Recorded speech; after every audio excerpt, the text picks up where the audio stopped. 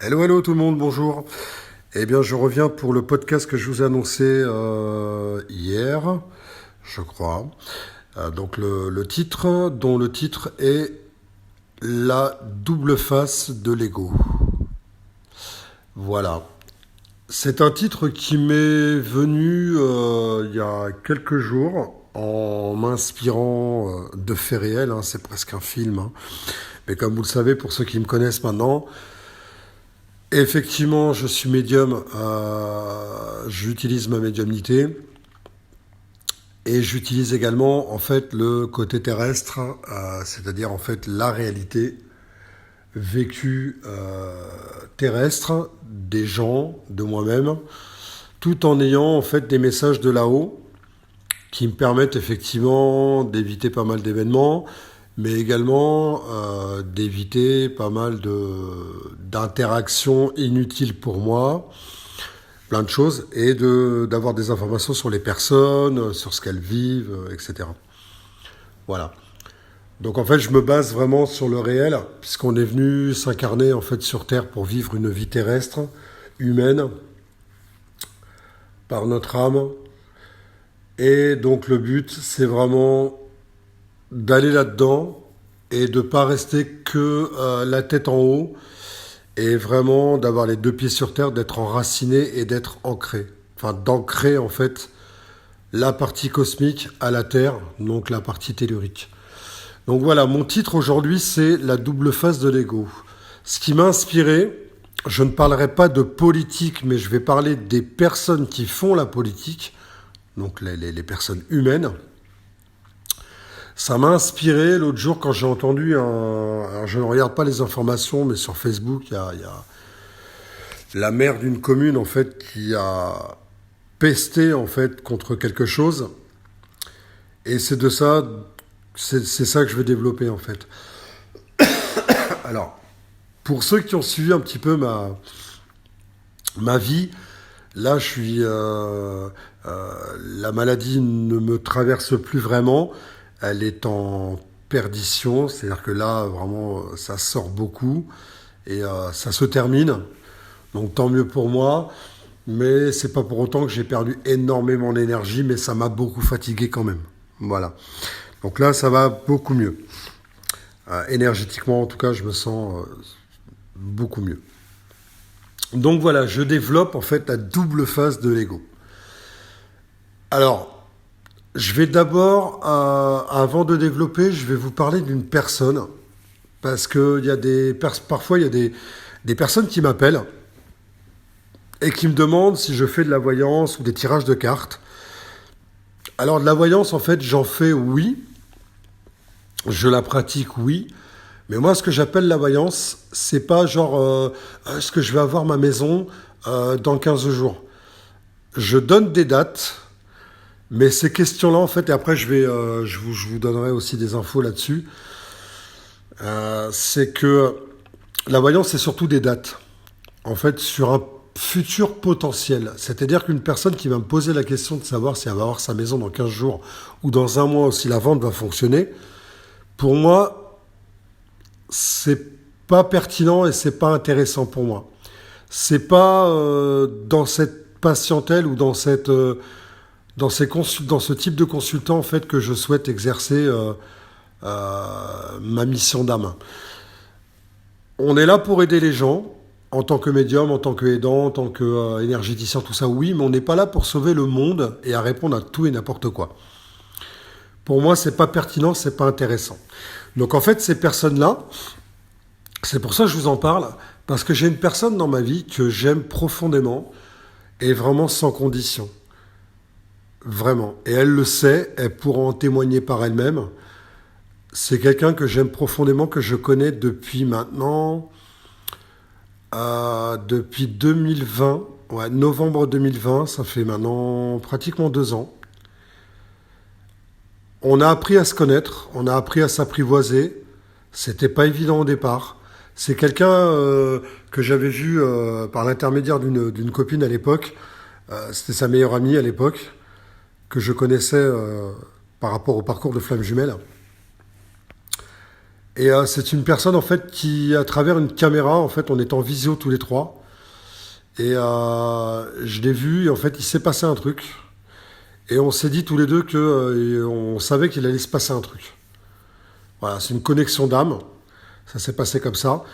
Ça a démarré comme une relation amoureuse, mais en réalité, ça ne l'était pas. Et j'ai compris pourquoi. Elle a compris aussi pourquoi. Et c'était une relation de travail d'âme, une relation karmique de travail d'âme pour savoir où on en était chacun. Moi, ça m'a permis de voir où j'en étais. Ça lui a permis également de voir où elle en était. Ça s'est très bien passé. Enfin, ça s'est très bien passé dans le sens où on a bien bossé ensemble. Quand on a compris qu'en fait, on était là-dedans. C'est quelqu'un que j'aime profondément. On est toujours en relation amicale, très fort. Et on est toujours là, l'un pour l'autre, quoi qu'il se passe, quoi qu'il arrive. Voilà. Euh, Elle s'appelle Sylvie Stevanovic. Et elle habitait à Clermont-Ferrand, donc c'est là où moi je l'ai vue après, parce que quand je prenais des locations pour aller la voir, c'est là-bas que je la voyais. Euh, Sylvie, en fait, tire les cartes. Elle tire les cartes, elle est très passionnée par l'astro, elle est très compétente dans l'astro. C'est quelqu'un en qui j'ai une entière confiance, les yeux fermés, vraiment. C'est quelqu'un sur qui j'ai beaucoup de ressentis. J'en ai beaucoup encore en ce moment parce qu'on est toujours en connexion d'âme. Donc de toute façon, il y a beaucoup de gens autour de moi avec qui je suis en connexion. J'ai forcément des messages en fait sur eux quand il y a quelque chose qui va ou qui va pas. J'en informe pas forcément la personne quand c'est pas nécessaire. S'il y a un réel danger rationnel, réel, je peux prévenir la personne et l'inviter en fait à éviter peut-être tel ou tel endroit. Mais si c'est pas pertinent ou si en tout cas la personne doit suivre ce chemin-là, je la laisse en fait suivre ce chemin. Vous comprenez? C'est pas à moi en fait de changer le chemin de la personne. Donc voilà, ça c'est la petite parenthèse. Mais il y a beaucoup de personnes, pour vous dire tout ça, il y a beaucoup de personnes qui me contactent parfois, potentiellement pour une consultation et qui me demandent de la voyance ou de la cartomancie. Moi je fais de la voyance, ça c'est mon domaine, ok, il n'y a pas de problème. Mais par contre, je ne prends pas les personnes en fait qui simplement m'appellent pour des simples questions. Ces personnes-là, en fait, je ne les prends pas. Je préfère à la rigueur les diriger vers d'autres médiums ou d'autres voyants qui vont répondre à une seule question comme ça. Je voudrais savoir si ma maison, je vais la voir dans 15 jours. Je les envoie ailleurs. Pour moi, je traite aujourd'hui des personnes qui sont sur un parcours de flammes jumelles et autres liens d'âme, relations amoureuses, etc., ou des blessures de la vie, hors couple amoureux. Ça peut être dans le domaine du travail, tout ça, etc. Pourquoi la personne elle perd son travail constamment? Pourquoi à son travail ça ne va pas, etc. Voilà, je peux apporter mon aide là-dessus à des personnes en fait qui sont réellement prêtes en fait à aller vraiment au bout et au fond des choses. Voilà, ça c'est très important pour moi. Je vous le redis, je l'avais déjà dit, je crois, mais c'est très important pour moi. Donc pour en revenir à Sylvie. J'envoie ces personnes-là, en fait, si vous avez besoin d'un tirage de cartes, de répondre à des simples questions ou quoi, je ne sais pas exactement si Sylvie répond à une simple question ou pas, vous verrez avec elle. Je ne répondrai pas à sa place et je ne penserai pas pour elle. En tout cas, tout ce que je sais, c'est qu'elle a des très bons résultats au niveau des cartes, au niveau des tirages de cartes. Elle est très compétente dans le domaine de l'astro. C'est sa passion. Elle est dedans, c'est sa mission d'âme. Et pas que. Je sais qu'elle a d'autres compétences. Elle est très douée là-dessus, là-dedans. Elle fait du dessin aussi. Elle fait des dessins. Elle dessine beaucoup. Elle fait des très beaux dessins. Elle est très très bonne là-dedans, très très compétente là-dedans. Et elle a entamé également je crois qu'elle a terminé une formation art-thérapie. Voilà. Pour tout vous dire. Donc si jamais vous avez besoin d'un tirage de cartes, même d'un thème astral, parce que je crois que Sylvie fait des thèmes astraux, pour voir un petit peu au niveau de vos planètes, etc., comment vous vous situez. Elle est très compétente, je le redis, j'insiste là-dessus. Elle est très compétente là-dessus. Allez la voir, vous pouvez la contacter sur Messenger, sur Facebook, elle s'appelle Sylvie Stevanovic. Allez la voir de ma part. dites-lui que vous venez de ma part. Après, au niveau des consultations, vous voyez avec elle comment ça se passe, ce qu'elle vous demande, comment les choses se déroulent pour elle, pour vous. Voilà, vous voyez ça de votre côté avec elle. Mais sachez que si vous allez vraiment au bout des choses, elle peut vous apporter quelque chose de très pertinent, de très aidant et de très important pour vous faire avancer. Voilà, c'est quelqu'un qui également a vécu des blessures. Et croyez-moi, c'est une sacrée putain de guerrière. Je vous le dis, c'est une sacrée putain de guerrière. Il n'y a rien qui peut la tuer. Croyez-moi, il n'y a rien qui peut la tuer. J'ai été avec elle, je la connais, je sais comment elle a combattu, comment elle a lutté, je l'ai suivie depuis 2 ans. Je sais d'où elle sort, et ce qu'elle est capable de faire, et là où elle est capable d'aller. Croyez-moi, c'est une putain de guerrière. Donc s'il y a quelqu'un qui est bien compétente au niveau du tirage des cartes et du questionnement qui peut vous apporter cette aide-là avec les cartes, avec l'aide des cartes, c'est Sylvie. Voilà, je ferme la parenthèse sur Sylvie. Sylvie, si tu m'écoutes, je t'embrasse très très fort et tu sais très bien que je serai là toujours pour toi, dans la mesure du possible évidemment. Voilà, donc là je développe en fait sur la double face de l'ego. Je vais vous raconter du vécu et en même temps je vais vous expliquer un petit peu le phénomène. Donc là en fait je vois ce qui se passe en fait dans la rue, dans la vie réelle, etc. Et en ce moment, alors surtout l'énergie du moment, les égos sont de sortie. C'est un petit peu comme une personne qui sort sa plus belle tenue pour aller à un bal ou une soirée exceptionnelle. Là, c'est les égos qui sont de sortie, qui sont de parade. Donc, restez vigilants et attentifs à ce qui se passe en ce moment. C'est très intense, très lourd, notamment lié aux énergies de la pleine lune qui arrive dimanche. Donc, restez vigilants et attentifs. Je ferai, je pense, un podcast sur la pleine lune, avec des retours affectifs aussi qui arrivent là bientôt. Mais j'en avais déjà parlé au mois de septembre, et c'est la continuité de l'énergie, ça arrive là. Il y a beaucoup de médiums qui sont en train de confirmer effectivement cette énergie-là.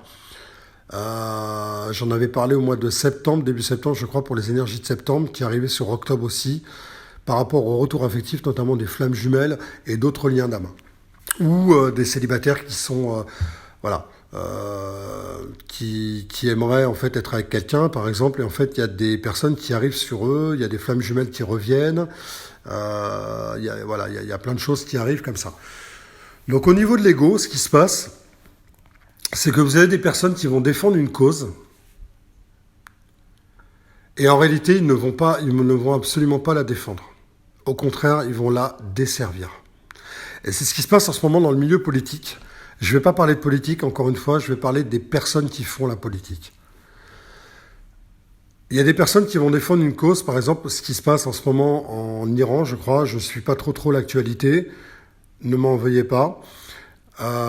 Non pas que je ne suis pas sensible à l'actualité de ce qui se passe dans le monde, mais ce n'est pas mon énergie, et je ne suis pas là pour sauver le monde, et je n'ai pas les moyens de le faire.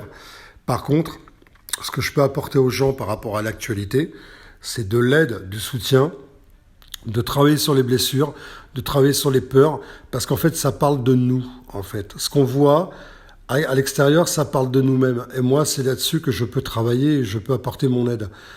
Et j'assume totalement mon impuissance par rapport à ça, et je n'ai aucune culpabilité par rapport à ça, justement, parce que l'impuissance génère la culpabilité par rapport à l'ego. Et on en arrive à ce que je voulais dire, c'est que ces personnes qui vont défendre une cause vont se mettre en guerre contre ceux qui ne la défendent pas. Et en fait, ce qui se passe, c'est que l'un va critiquer l'autre qui n'intervient pas dans une cause donnée, dans une cause actuelle, grave ou pas grave, peu importe. Et en fait, ces personnes-là vont être dans l'intolérance alors qu'elles prônent la tolérance. C'est quand même un sacré paradoxe de l'ego. Donc ça, c'est l'ego. L'ego qui, en fait, va partir en guerre Donc ce sont des personnes qui sont inconscientes d'elles-mêmes, hein, qui font de la politique, etc., mais qui n'ont pas conscience d'elles-mêmes, de leur comportement, de leurs réactions, puisque ce sont des réactions. Voilà. Donc à partir de là, vous avez des personnes qui vont entraîner d'autres personnes dans cet égrégore dans lequel ils vont adhérer. Donc ils vont venir se nourrir de cet égrégore négatif en pensant qu'ils sont la lumière. D'accord ?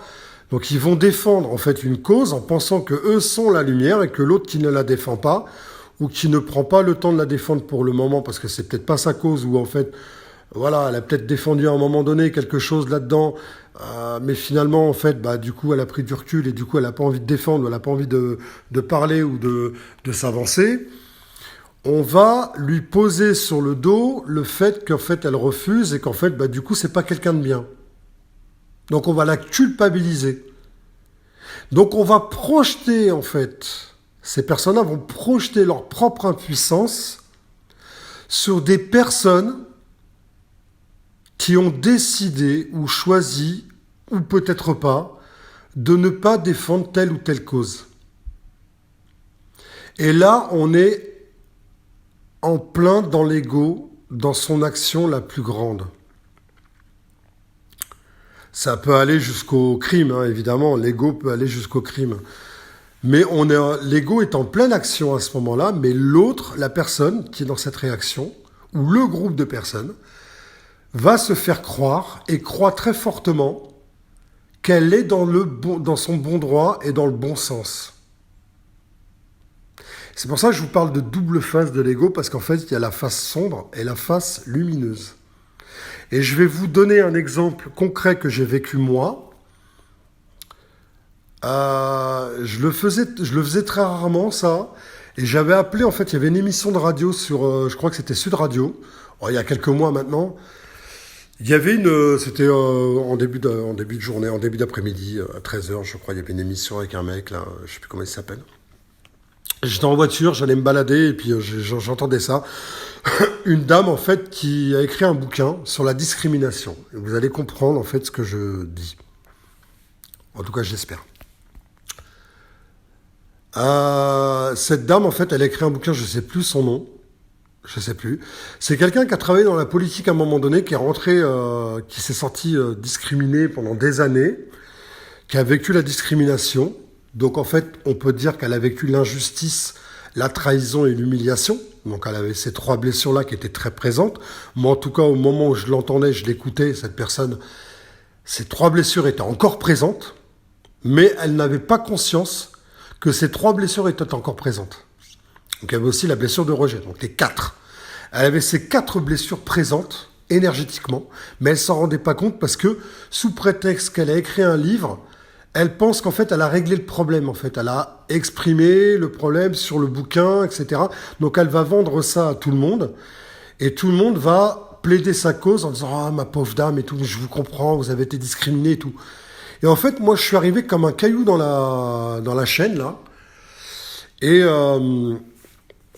j'ai appelé l'émission, en fait. J'ai appelé. Alors, c'est une dame, en fait, qui s'appelle, je sais plus, elle a un nom du Moyen-Orient, hein, Fatima, Karima, tout ça, voilà. Du Maroc ou de l'Algérie, enfin, peu importe. En tout cas, elle a un prénom de ce type de pays. Et j'appelle, alors vous allez me dire, mais ouais, mais je comprends pas, tu t'appelles Fred. Bah ouais, les gars. Bah ouais. Mais regardez bien, relisez mon nom de famille et vous allez très vite comprendre. Relisez bien mon nom de famille, épelez-le bien comme il faut, vous allez comprendre d'où vient mon nom de famille. Pour tout vous dire, mon père est marocain, ma mère est française. Donc en fait, j'ai les deux origines. D'accord ? Donc là où je suis légitime, parce qu'on parle de légitimité, là où j'étais légitime d'appeler, et il n'y a pas besoin d'être légitime pour appeler, on peut très bien appeler. Une personne française peut très bien appeler pour débattre et pour dire, voilà, moi je suis pas d'accord ceci, je suis pas d'accord cela. Il n'y a pas de problème, il n'y a pas besoin... C'est pour ça que je vous parle d'égrégore, en fait, et d'ego. C'est qu'il n'y a pas besoin forcément d'être légitime ou pas pour intervenir dans un débat qui ne nous concerne pas forcément. En revanche, Ce qui est beaucoup plus difficile, c'est de parler de quelque chose qui nous concerne pas, qu'on n'a pas vécu, et d'aller en débattre. C'est là-dessus. C'est là la nuance. N'importe qui a le droit et est légitime, tout à fait légitime. Il n'y a personne qui peut lui donner la légitimité ou le droit ou pas. Il a ce droit, en fait. Il le prend ou il le prend pas. D'intervenir dans un débat télévisé ou de radiophonie ou de rue ou peu importe. Il a toute légitimité pour intervenir. En revanche, si tu viens me parler du désert, que tu n'as jamais mis de cul dans le désert et que tu ne connais pas la température réelle du désert, mais tu es un expert du désert, au niveau de la théorie, pour moi, tu n'es pas pertinent. Voilà. Donc là, j'appelle en fait cette radio et je tombe en direct. Et effectivement, là, ça y est, on me passe à l'antenne. Et on me dit, écoutez, bonjour Frédéric, voilà, bienvenue, et tout. Je dis, moi, je bois un coup, hein, je vis en même temps, les gars. Donc là, je dis, voilà, je voudrais intervenir en fait sur cette dame qui a écrit un bouquin, c'est super, je la félicite, bravo à elle. Si ça a pu l'aider, tant mieux. Si ça a pu aider d'autres personnes, tant mieux. Je lui dis, voilà ce qui se passe, en tout cas pour moi, ce que je ressens, comment je vois les choses et comment je ressens les choses, surtout. C'est que le fait d'écrire un bouquin, c'est pas le problème. Mais le fait d'aller venir en débattre à la radio, etc., ce qui m'interpelle, c'est de venir nourrir, en fait, cet égrégore, cette discrimination permanente que les gens peuvent ressentir, qui est tout à fait légitime, attention, moi-même l'ayant vécu, c'est pour ça que je vais vous raconter une partie de mon histoire à un moment donné, un exemple dans mon histoire de discriminant. J'en ai vécu plusieurs, mais je vais prendre celui-là, il est très drôle et il est très pertinent. Parce qu'il a les deux, il y a les deux casquettes dedans et c'est très très marrant. D'ailleurs, je l'ai jamais mal vécu. C'est pour ça que j'ai appelé la radio. C'est que il y a des personnes en fait qui viennent comme ça dans leur posture de victime. Et je ne porte pas de jugement, je fais un constat par rapport aussi à mon propre vécu. Alors il y en a également qui vont me dire, mais oui, mais toi tu l'as vécu comme ça et eux ils le vivent comme ça. Oui, c'est vrai. C'est vrai, moi je l'ai vécu de telle manière, le même fait, les mêmes événements, et d'autres vont le vivre autrement. C'est ok. Pourtant, on porte les mêmes blessures. Et on a affaire aux mêmes événements, plus ou moins intenses. Donc, il est où le problème ? Eh bien, c'est chacun, en fait, c'est chaque personne. Donc, en fait, plus vous allez rester dans une posture de victime, plus vous allez la légitimer, plus vous allez venir nourrir un égrégore négatif, plus vous allez donner vie et laisser en vie ces blessures, cet égrégore, et en pensant que c'est légitime. Ça l'est, c'est pas le souci. Sauf qu'en fait, qu'est-ce que vous décidez ? De laisser vivre à chaque fois, constamment, les blessures, et d'être guidé par ces blessures-là, et de croire que vous êtes dans une mission d'âme ou dans une mission de vie, à donner le message à quelqu'un. Ça peut très bien l'aider comme ça peut le desservir, parce que ça peut très bien le conforter dans sa posture de victime, et là, vous ne l'aidez absolument pas. Donc cette dame, en fait, je lui dis, écoutez, voilà, moi je m'appelle Frédéric, et vous allez me dire, mais pourquoi je vous appelle ? En fait, j'ai rien à voir dans l'histoire. Le truc, c'est que la deuxième petite info pour vous, c'est qu'en fait, mon deuxième prénom, c'est Mohamed. Ah ! Bah ouais, les gars, on y est, là. Bah ouais, on y est, les gars. Imaginez-vous, vous enlevez Frédéric, vous faites Mohamed Choukeri. Ok, on y est, là. Ah, vous êtes d'accord avec moi, on y est. On est dedans. D'accord. Bon, ma mère, elle avait déjà pensé à ça à l'époque. Elle voulait absolument me donner ce prénom, Frédéric. Puis elle me disait déjà à l'époque à mon père, attention, on va lui donner un prénom parce que tu sais, à l'école, il peut être moqué, parce que tu sais, en France, ils n'aiment pas les Arabes. Ça, c'était à l'époque, ma mère, elle en parlait déjà dans les années 70. Je vous explique, je vous remets dans le contexte. Ça n'a pas véritablement changé aujourd'hui, mais on est dans le contexte de 70 où les Arabes, ils arrivent à tout va pour de la main-d'œuvre, et mon père se retrouve à travailler chez Citroën, Renault, et tout le bordel, tout ça. D'accord? On revient dans le contexte, hein, ok? Donc là, je dis à cette dame, je dis voilà, mon deuxième prénom c'est Mohamed, et donc en fait ma légitimité d'intervenir c'est ça. Et je lui dis voilà je veux vous dire, ce que je ressens, ce que j'ai ressenti, comment je l'ai vécu, la discrimination. Je dis là où je suis pas d'accord avec vous, je lui dis comme ça, je dis que c'est que le problème c'est pas la discrimination, c'est comment vous la vivez, de quelle manière vous la vivez, et de quelle manière vous venez la nourrir. Et je lui dis aujourd'hui, vous écrivez un bouquin qui peut aider des tas de personnes, c'est cool, mais je lui dis en même temps, vous venez nourrir en fait une blessure en vous positionnant dans une posture de victime et en même temps, vous pensez que vous êtes du côté de la lumière, alors que vous venez projeter votre propre blessure en fait sur des personnes qui vous ont discriminé et vous le faites encore aujourd'hui dans la politique, etc. Parce qu'elle était dans la politique, cette dame, je crois. Et elle vient encore projeter tout ça, en fait, pour changer le système, pour ouais, machin, c'est discriminatoire, et tatata. Et vous nourrissez comme ça des trucs. SOS racisme, c'est exactement la même chose. Mais ça, c'est moi qui le vois comme ça, et ça m'appartient. Mais c'est exactement la même chose. SOS racisme, en fait, il a cette légitimité d'exister par rapport aux gens qui sont encore blessés et qui, en fait, perçoivent encore cette discrimination de manière blessante et dans cette posture de victime. Et tant qu'en fait ces personnes-là n'auront pas guéri leurs blessures, ces associations SOS Racisme, les Restos du Cœur, etc., existeront.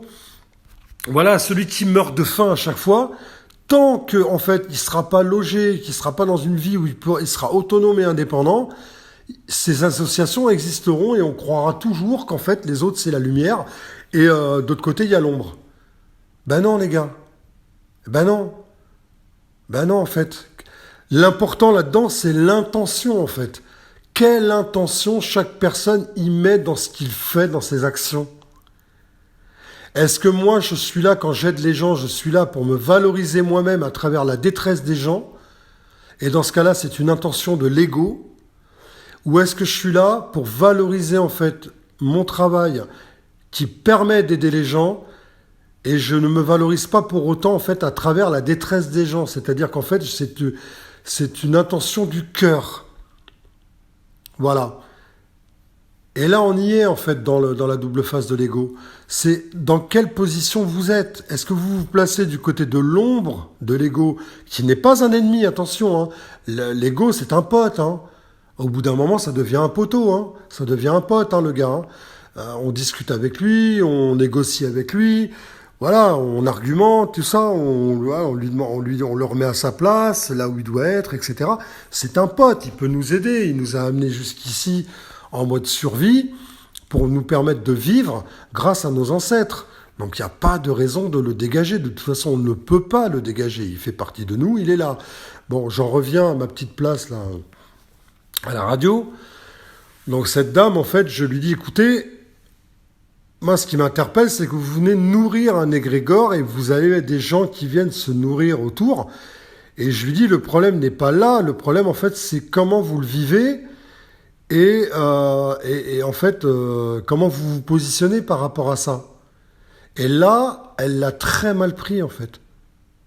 Je lui ai dit, à un moment donné, dans le débat, enfin, dans la discussion, je lui ai dit, voilà, je dis, vous vous placez sur la face de la pièce lumineuse. Vous pensez qu'en fait, en dénonçant... Alors, c'est pas le fait de ne pas dénoncer ou dénoncer, c'est très bien. Le truc, c'est que en fait, tu dénonces en fait pour accuser l'autre. Alors qu'en fait, tu te crois dans la lumière, toi, de ton côté, quand tu dénonces l'autre, quand tu accuses l'autre, alors qu'en fait, l'autre aussi, que tu dis être dans l'ombre, lui aussi t'accuse. Et l'autre aussi, de l'autre côté, il croit qu'il est dans la lumière parce qu'il t'accuse de machin. Donc là, c'est pareil dans la politique. Ce qui se passe en ce moment, c'est qu'il y a une guéguerre qui se fait. En fait, c'est une guerre d'ego.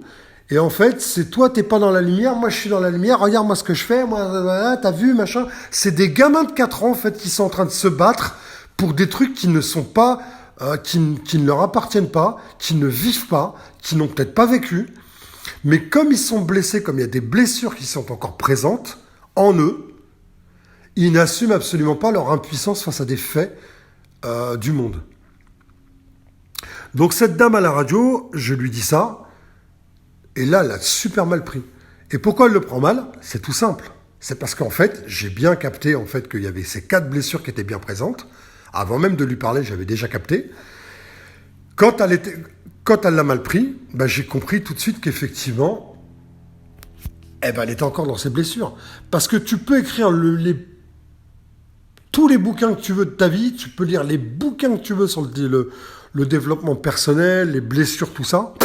Tant que ton énergie intérieure, ça j'en ai déjà parlé, tant que ton énergie intérieure et ta vibration n'a pas changé, tu changeras que dalle. Rien, tu changeras rien. Et je le redis et je le confirme.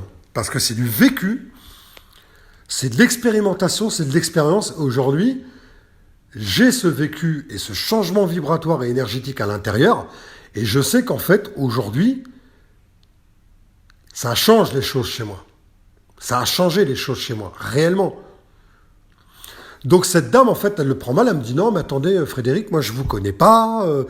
Comment vous pouvez dire ça? Bah là, on n'est plus dans le débat. On n'est plus dans le débat. On n'est plus dans l'expression libre de ce que j'ai à dire ou de partager mes ressentis. On est dans, bah, vous n'avez pas le droit de dire ça. Moi, vous ne me connaissez pas, etc. Ah bon?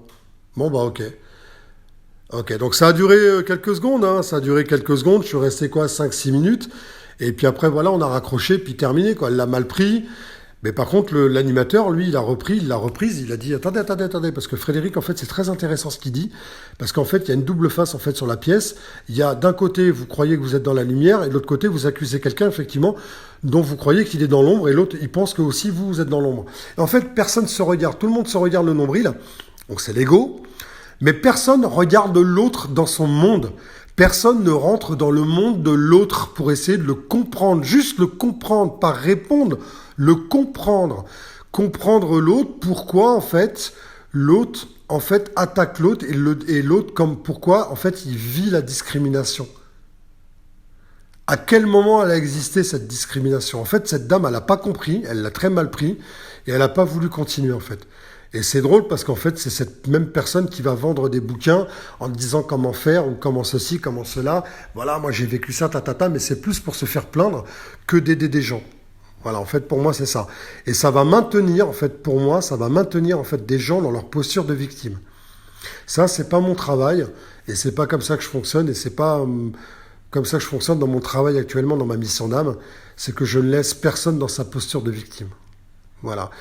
Les consultants qui viennent me voir, encore une fois, je le répète, je préfère rester sans argent ou avec très peu d'argent que d'avoir des personnes qui vont être que je vais conforter en fait dans leur posture de victime parce que ils ont payé une consultation. Je préfère les rembourser même, à la rigueur. Je préfère avoir des gens qui vont en profondeur en eux, qui sont prêts à aller au bout, vraiment, je le redis, et qui sont prêts réellement à dépasser leur peur pour aller au bout et qui sont prêts à regarder en face leur propre peur. Et quand je vous dis ça, c'est parce que je l'ai vécu moi-même. Je suis tombé sur des gens qui m'ont aidé et moi-même, j'étais prêt en fait à regarder bien en face ce qui se passait dans ma vie et à regarder ma merde. Voilà. Et il y a des gens qui m'ont aidé à ne pas rester dans ma posture de victime. Voilà. Il y a 3 ans, quand j'ai vraiment démarré mon gros cheminement final, on va dire, pour en arriver là où j'en suis aujourd'hui, c'est qu'effectivement, il y a des gens qui m'ont aidé en fait à ne pas rester dans cette posture de victime. Même si j'en suis sorti moi tout seul, en fait, c'est vrai, dès le départ, j'en suis sorti tout seul, mais ces personnes-là m'ont aidé à continuer à ne pas y rester. Et c'est très bien. Donc voilà, au niveau de la double face de l'ego, il y a ça. Et je vais vous donner un petit exemple qui me concerne moi, dans ma vie, où j'ai pu être discriminé. Mais la discrimination, vous la vivez dans...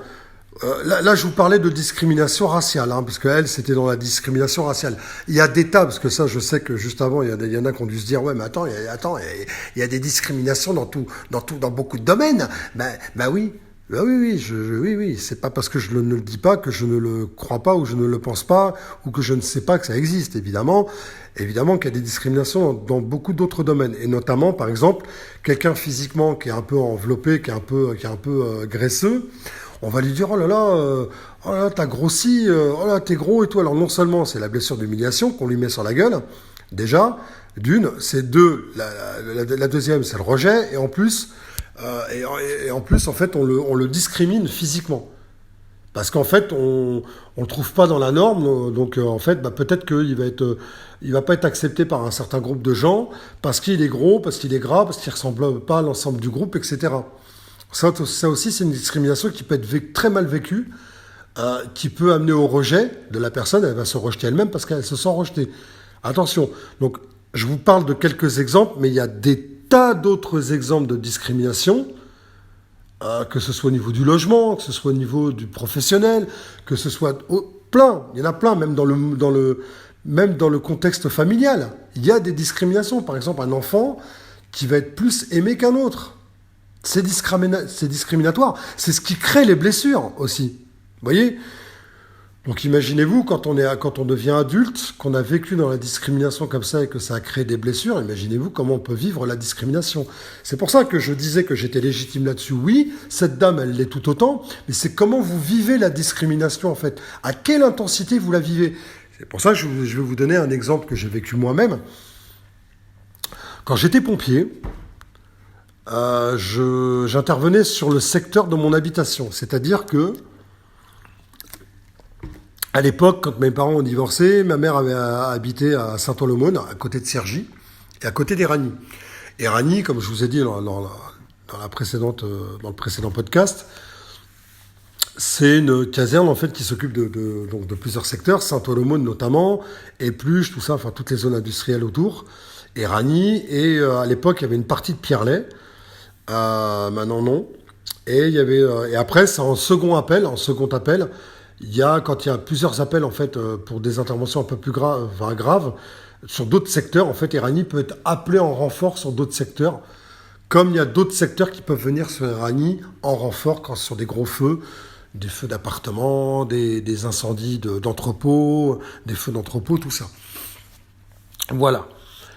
Donc là, un jour, j'interviens en fait. Alors ma mère habitait dans le quartier et un jour, j'étais de garde et il y a un feu d'appartement en fait qui se déclenche dans mon quartier, là où j'habitais, avec ma mère.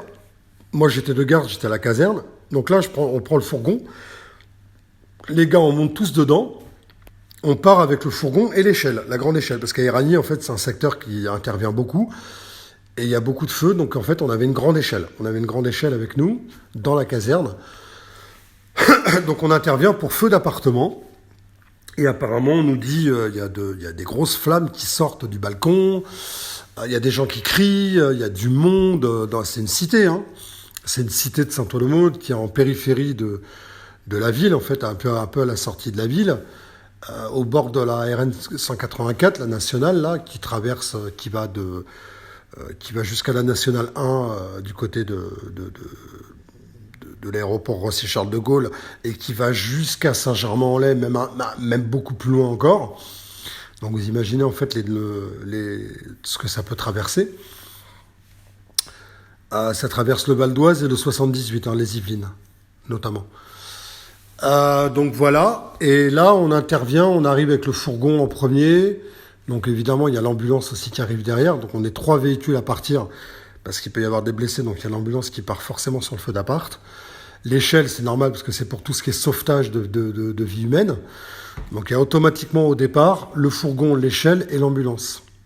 Bon, ce qui prime sur un feu, si vous ne le savez pas, je vous en informe, je vous le dis, par expérience, enfin c'est même pas par expérience, c'est par logique, c'est qu'en fait, la priorité des pompiers, c'est pas le feu, c'est les personnes.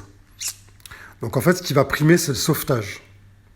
Donc en fait, l'échelle, elle va se positionner en premier au niveau de la façade pour sortir les personnes de l'immeuble, si c'est pas accessible. Des flammes. S'il y a des personnes qui sont sur le balcon, qui sont en danger parce qu'il y a des flammes au cul, l'échelle va se positionner, c'est la priorité en fait. Le feu, en fait, il peut se développer, il peut se propager. C'est pas le problème, en fait. Le matériel, c'est pas le problème des pompiers. Ça peut l'être, en fait, si ça crée des dégâts et que ça crée d'autres dégâts matériels, oui, c'est important. Mais ça n'a pas son importance au moment où il y a des personnes à l'intérieur des lieux. Ça a beaucoup moins d'importance. Donc il y a deux équipes, en fait, en parallèle qui travaillent. Il y a l'équipe de sauvetage et l'équipe qui s'occupe du feu. Voilà. Et ces deux-là, en fait, travaillent en parallèle. Donc, bref, on arrive sur l'intervention et il y a une barrière, en fait, en haut, à l'époque. Aujourd'hui, elle n'existe plus. Mais à l'époque, il y avait une barrière en haut de la pente, parce qu'il y a une pente, en fait, pour descendre à l'immeuble. C'est un quartier d'immeubles dans une pente. En fait, en bas, il y a plusieurs immeubles. Il y a une espèce de grande place en bas où il y a des véhicules, les véhicules de pompiers peuvent passer, peuvent se garer et tout. Et tout autour, il y a des bâtiments. Donc on ouvre la barrière. Donc moi, je descends. Le chef d'agrès, en fait, ce qu'on appelle le chef d'agrès, c'est le chef, en fait, qui est devant du véhicule et qui commande toute la troupe. Donc le chef d'agrès, en fait, il descend avec moi. Il me dit, écoute, moi, comme je suis chef d'équipe à l'arrière, parce qu'en fait, il y a plusieurs chefs d'équipe. Il y a le grand chef d'équipe à l'avant, qui s'occupe de tout le monde. Et il y a un chef d'équipe par équipe à l'arrière. Donc à cette époque-là, on était 8 on était 8 dans le fourgon. Donc il y en a 6 derrière et 2 devant, le conducteur, le chef d'agrès. Et là, en fait, sur les 6 derrière, il y a un chef d'équipe par équipe. Donc moi, j'étais chef d'équipe, chef de binôme. Donc là, il y a Joël, à l'époque, qui était adjudant-chef. Il me dit, écoute, Fred, il me dit, viens avec moi. Viens avec moi, on va ouvrir la barrière. Donc on ouvre la barrière, ils me disent, comme c'est chez toi, tu connais le quartier, tout ça. Je dis, ok, vas-y, pas de problème, je descends. On descend, on ouvre la barrière et tout, et là, il y a plein, il y a le mec, en fait, une des personnes qui nous a appelés pour intervenir. Et le gars, en fait, dit au chef d'agrès, à mon chef d'agrès, il s'adresse à lui. C'est pour ça que je vous parle de ça, parce que c'est très drôle. Moi, je l'ai vécu comme une drôlerie déjà à l'époque, et aujourd'hui, c'est encore mieux, parce que j'ai beaucoup plus de recul encore là-dessus, mais c'était pas la première discrimination que je vivais, moi, déjà, en tant que pompier, en tant qu'être humain, mais là, c'était relativement drôle. Moi, la discrimination, je la vivais déjà chez les pompiers même, à l'intérieur du métier. Donc, c'était plus un problème pour moi. Et là, la personne a dit à mon chef d'agrès, elle dit, écoutez, ouais, c'est encore les Arabes, là, de la cité, là, ils ont foutu le feu, machin, là, ils habitent dans un appartement à plusieurs, ils savent pas se tenir, machin, ça se propage à côté, blablabla, blablabla. Tout ça, le gars, il part là-dedans et tout, donc il dit les Arabes, les blabla, tout ça. Donc on est bien dans la discrimination avérée et caractérisée. Et en plus, on est bien dans l'infraction, dans un délit, en fait, de discrimination qui est puni par la loi, etc. Bon, en fait, on est bien dans la caractérisation du délit. Là, c'est bien caractérisé. En plus, à cette époque-là, nous, on est des agents territoriaux, donc les pompiers, en fait, ce sont des agents territoriaux assimilés fonctionnaires, donc d'autorité publique et d'un service public. Donc, en plus, d'autant plus qu'on est assermenté, en fait. Donc tout ce qu'on peut dire, tout ce qu'on peut rapporter, par exemple, à la justice, en fait, on est entendu, en fait. Donc c'est super important, mais moi, je suis pas là-dedans à ce moment-là. Je suis pas dans le « ouais, monsieur, je vais porter plainte et tout », je suis pas du tout là-dedans. Au contraire, je regarde mon chef d'agrès, puis je rigole. Moi, j'ai le casque, je vous remets dans le contexte. J'ai le casque F1, vous regarderez sur Internet le casque F1 pompier, ce que c'est. C'est les casques brillants là qu'ils ont sur la tête, là. J'ai ce casque-là, en fait, sur la tête. Donc, en fait, le gars, il voit pas trop mon visage. Enfin, il le voit, mais il le voit pas. Il le distingue pas non plus de manière très claire. Surtout, en plus, dans l'esprit dans lequel il est actuel, enfin, à ce moment-là. Et là, mon chef d'agrès, il regarde le mec. Et je m'y attendais absolument pas. Mais c'est pour ça que ça a été rigolo. Je m'y attendais, même si je m'y attendais quelque part, parce que je le connais, moi, je le connaissais, Joël, à cette époque-là, je sais comment il est. C'était quelqu'un de très bien à l'époque, et je pense qu'aujourd'hui, c'est toujours aussi quelqu'un de très bien, qui a certainement évolué. Déjà, c'était une lumière pour moi, déjà, à l'époque. C'est quelqu'un qui s'occupait beaucoup de moi, qui me prenait sous son aile. C'était quelqu'un qui était très lumineux à l'époque, déjà, donc c'est quelqu'un que j'aimais beaucoup, avec qui je partageais beaucoup. Et donc en fait, il dit au mec, il dit, vous savez, monsieur, les Arabes, vous en avez partout. Vous en avez des bons, des moins bons, des biens, des pas bien. Et je dis, vous savez, et là, il me tape l'épaule. Il me dit, vous savez, chez nous, on en a quelques-uns. Et là, il me dit, Fred, enlève ton casque, s'il te plaît. Et là, j'enlève mon casque.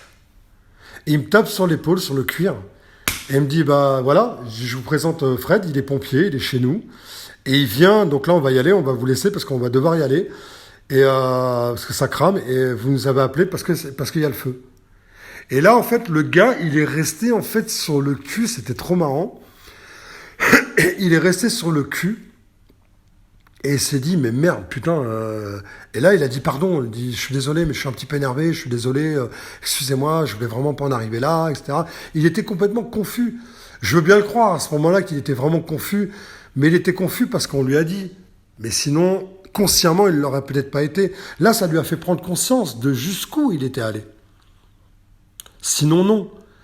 Et Joël, ce qu'il a fait, c'était incroyable. Et on en a rigolé pendant des mois et des mois et des mois et des mois. On a raconté ça à la caserne, etc. Alors que moi-même, à la caserne même, je vivais cette discrimination par mes propres collègues. Donc c'était quand même incroyable. En fait, je la vivais un peu partout, mais je la prenais pas aussi intensément que d'autres personnes. Donc c'est pas un jugement. Il y a chacun le prend comme il veut. Moi, je l'ai pas pris intensément. Ça me dérangeait pas. Au contraire, rappelez-vous ce que je vous ai dit dans le précédent podcast, c'est que moi, ça me servait de motivation. Plus tu vas me dire qu'en fait, tu vas pas y arriver, plus je vais y arriver. Plus tu vas me dire t'es ceci, t'es cela, plus je vais te montrer le contraire. Donc au contraire, tu vas me servir de marche pour te monter un pied sur le dos, pour grimper en fait là où tu penses que je vais pas pouvoir grimper. C'est ça en fait ma motivation. Donc j'ai moi-même en motivation, mais j'ai aussi l'autre qui me fait travailler ça.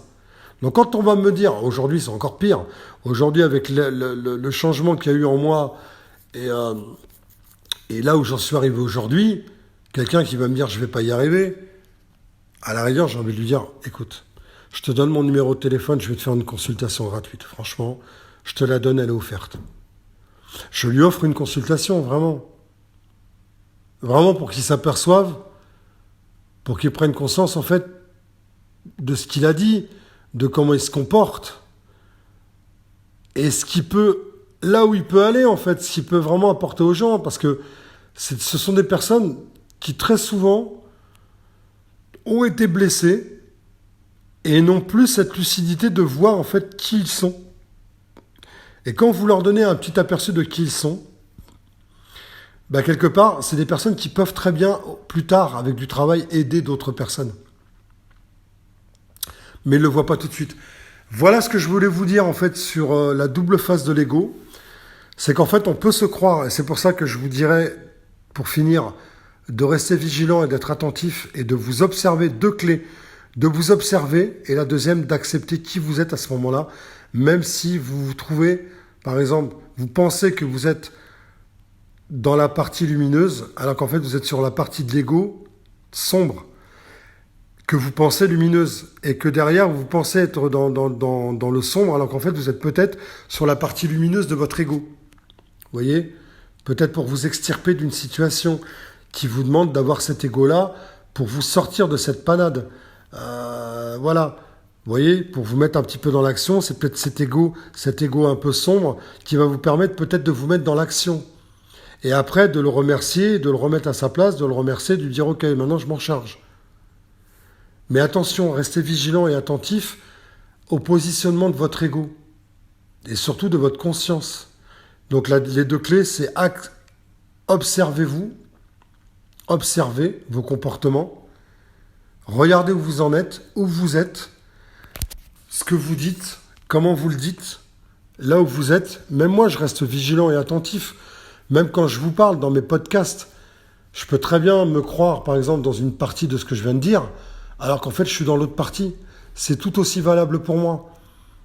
Donc, je voulais vous en parler, c'est important, parce que ce qui se passe en ce moment, la petite guéguerre d'ego, où chacun croit qu'il est dans la lumière, alors qu'en fait, il va taper sur l'autre, donc il va l'accuser. il va le juger, il va le piétiner, il va le rabaisser parce qu'en fait il pense que bah, lui il a choisi de pas défendre cette cause-là, alors que peut-être qu'il en défend d'autres qui sont plus dans ses valeurs à lui et qu'il n'a pas envie de défendre celle-là parce que chacun a le droit de défendre ce qu'il veut et chacun se positionne là où il veut et là où il peut. Et surtout que si chacun prenait une cause, on pourrait en fait arriver à défendre toutes les causes. Mais on ne peut pas défendre le monde entier, on ne peut pas sauver le monde entier. C'est pas possible.